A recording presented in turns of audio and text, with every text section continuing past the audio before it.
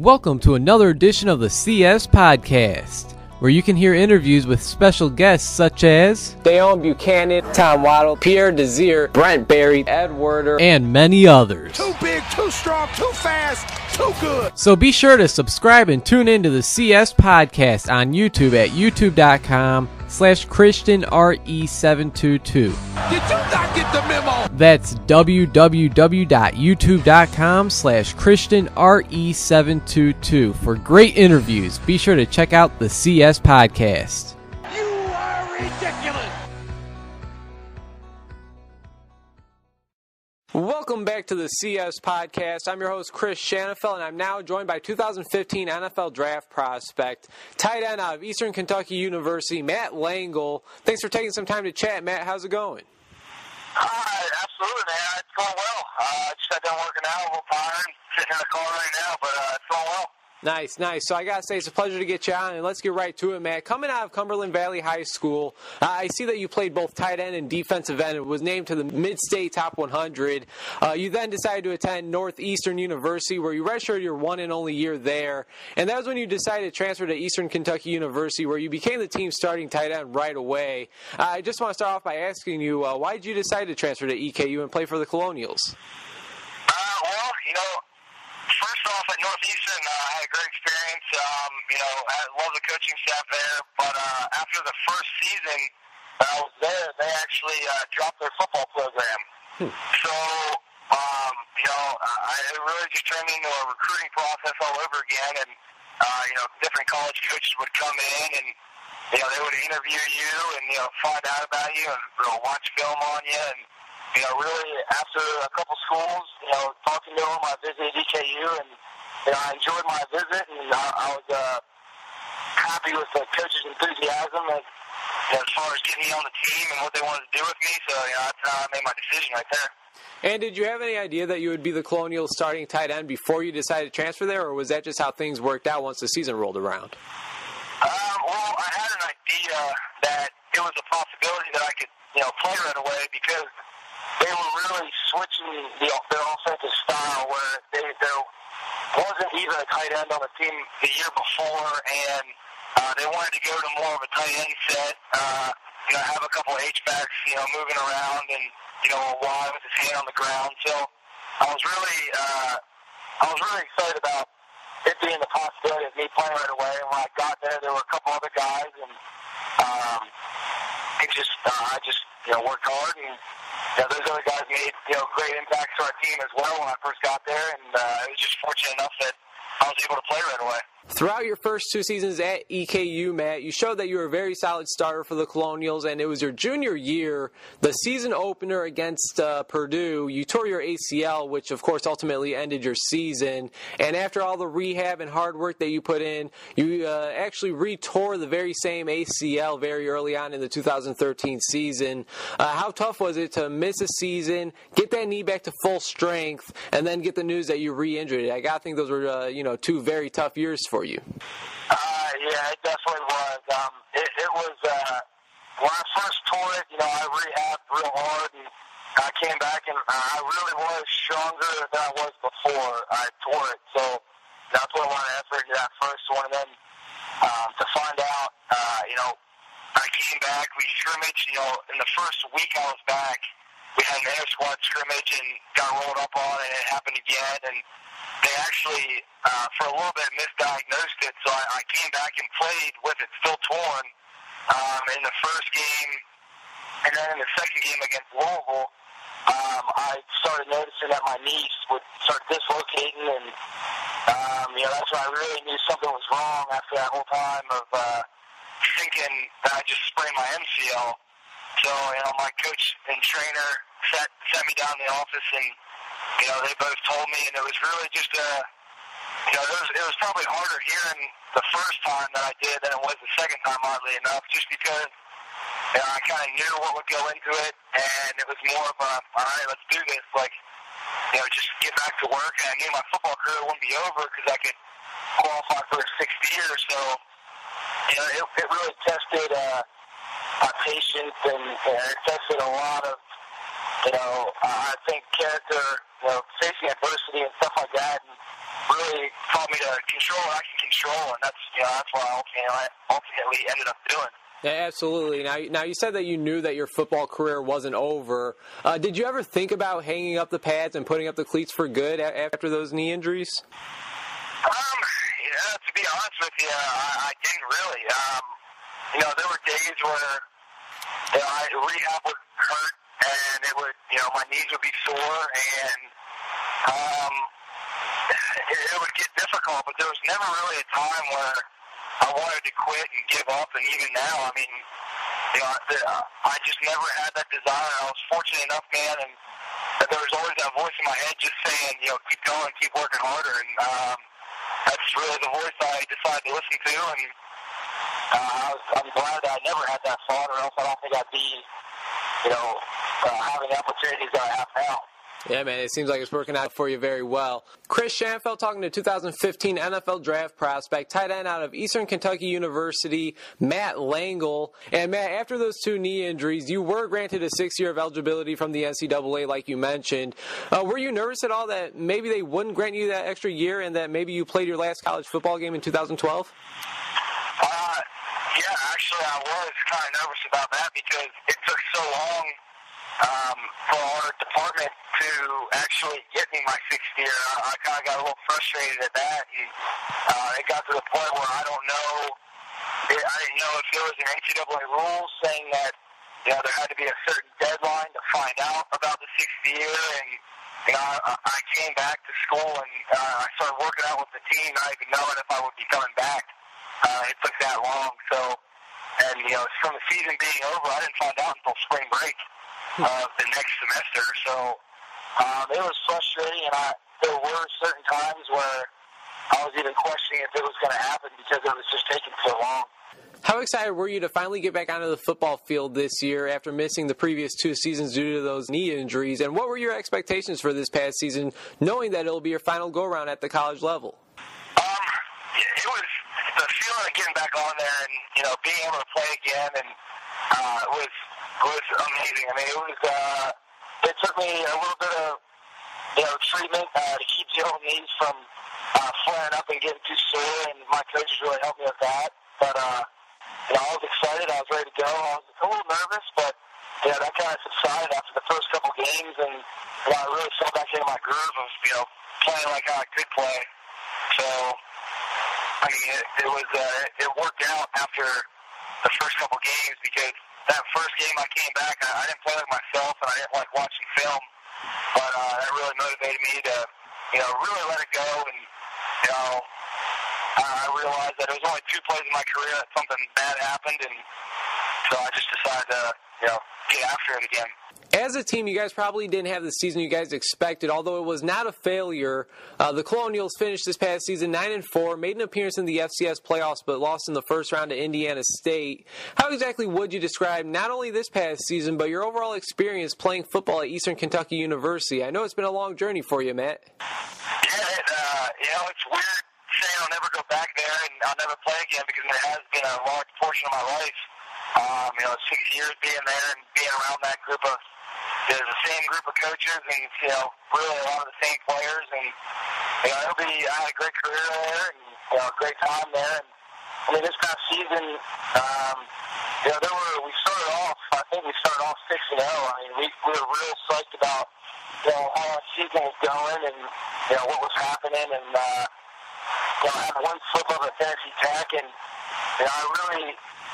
the only disappointing loss we really had was I would say it was our Indiana State game, our playoff game. It's just because we know, that was a good team we played, but we were better than how we played, and we started off well, and we just kind of, I don't know what happened, but it's just one of those things that you can't explain, and we could have played better than we played there, and I think we were a better team than that one game shows, but we definitely hung in there with other good teams and almost beat Jacksonville State. So, my overall career, I had a blast, and I wouldn't really change anything because I learned a lot from my ACL injuries, and from this season, it was one of probably the best seasons that I've had experience-wise while I've been at EKU, so I'm really glad I stuck around.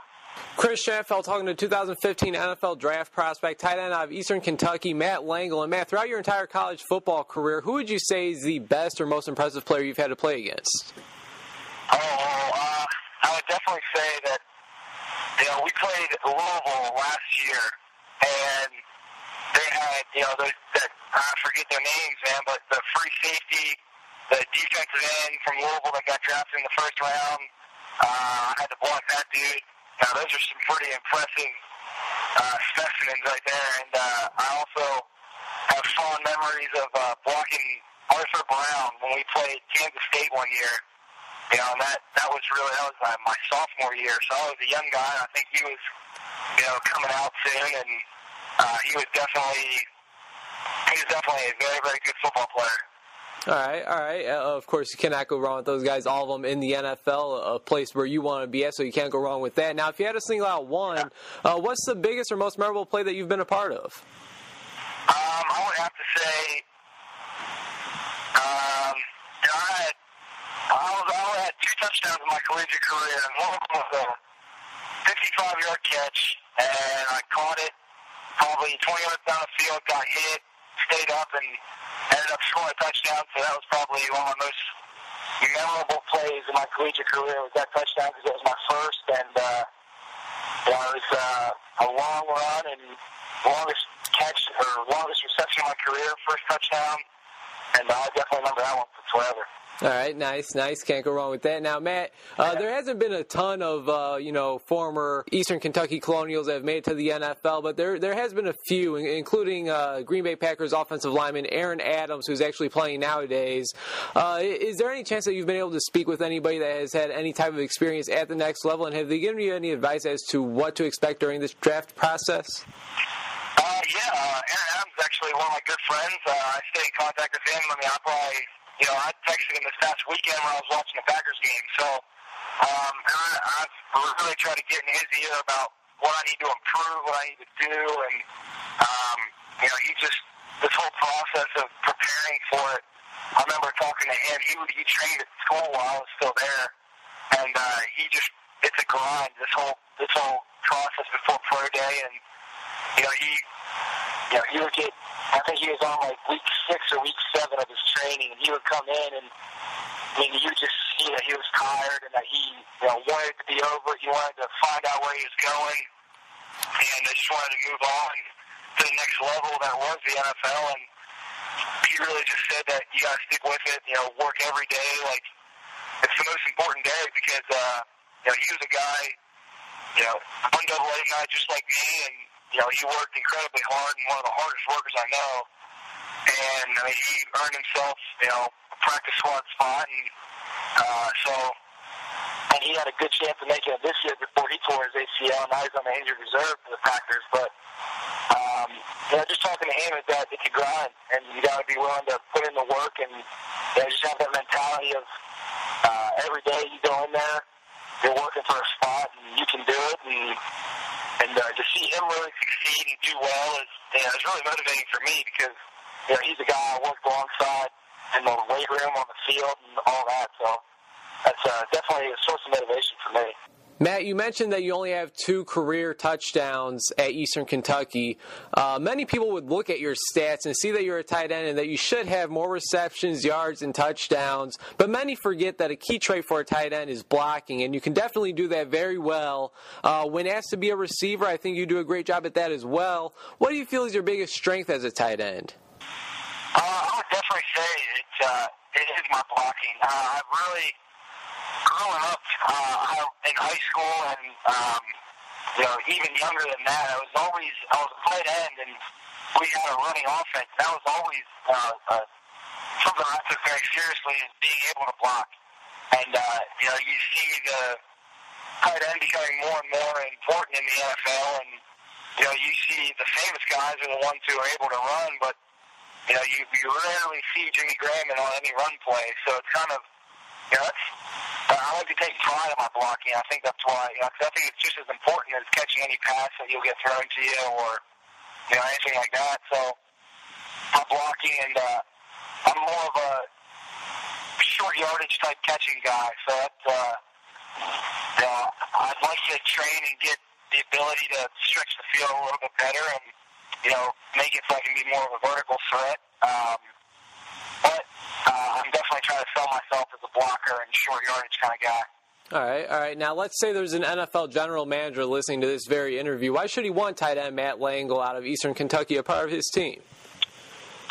Because I have I think my past can show that, adversity doesn't bother me. If anything, it literally makes me stronger. And, I take great pride in my work ethic and, the ability to do something other people aren't able to do.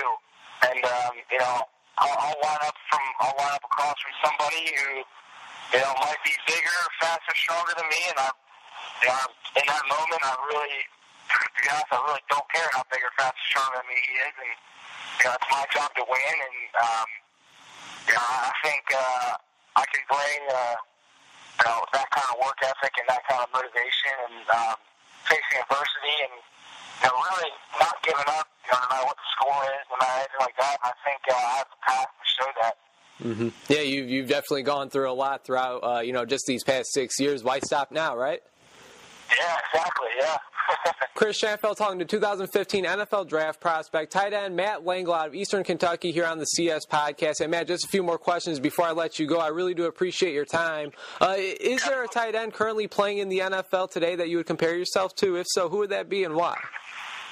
A lot of scouts have been comparing me to Lee Smith, a tight end for the Buffalo Bills, who is more of a blocking guy. Probably a lot of people don't know his name. But that's definitely who I'd say I probably most resemble, just because he has a very good blocking ability. He is more of a short yardage kind of guy. I don't think his stats are really anything to write home about, but he's been in the league for quite a few years now, and I would definitely that's more the position I'm trying to fill on a team's roster, as being a short yardage kind of guy, or run play kind of guy, or something that's similar to his position and similar to what he does. So, and I'm trying to, in this whole process of the pre-draft and working out, trying to put on weight and strength so I can, be, more of a blocker and, really hold my own in the trenches of the NFL. Sounds good. Any chance that you've been invited to any college all-star games or have anything in the works? If not, what are your plans for the next few months as you get ready for the NFL draft?